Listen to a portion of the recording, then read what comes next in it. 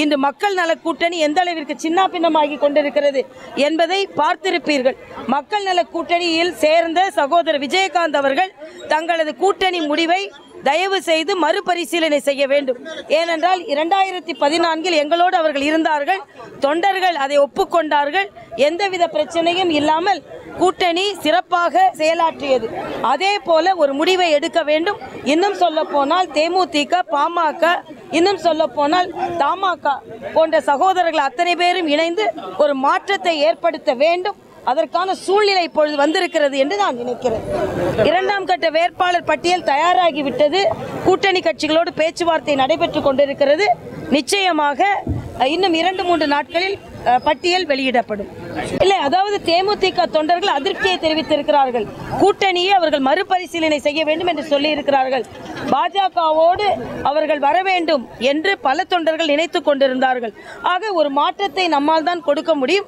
2014 எந்த கூட்டணி அமைந்ததோ அந்த கூட்டணி அமைவதற்கு கூட இன்னும் வாய்ப்பு இருக்கிறது. அதையும் பரிசீலனை செய்ய வேண்டும் என்று நான் கேட்டுக்கொள்கிறேன். மக்கள் நலனுக்காக நான் இந்த வேண்டுகோளை வைக்கிறேன்.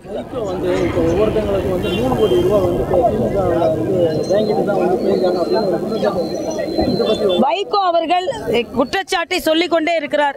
எந்த கட்சி தலைவராக இருந்தாலும் ஆதாரமற்ற குற்றச்சாட்டுகளை சொல்ல முடியாது.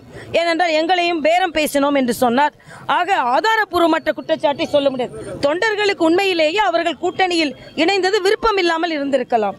அவர்கள் விருப்பமின்மையை தெரிந்திருக்கிறார்.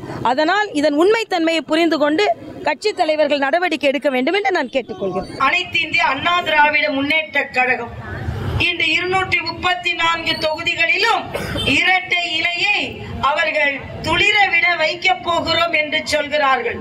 இன்று சொல்கிறேன், இந்த நாட்டு மக்களுக்கு ஆண்டு கொண்டிருக்கும் கட்சியின் மீதும் ஆண்ட கட்சியின் மீதும் வெறுப்பு இருக்கிறது.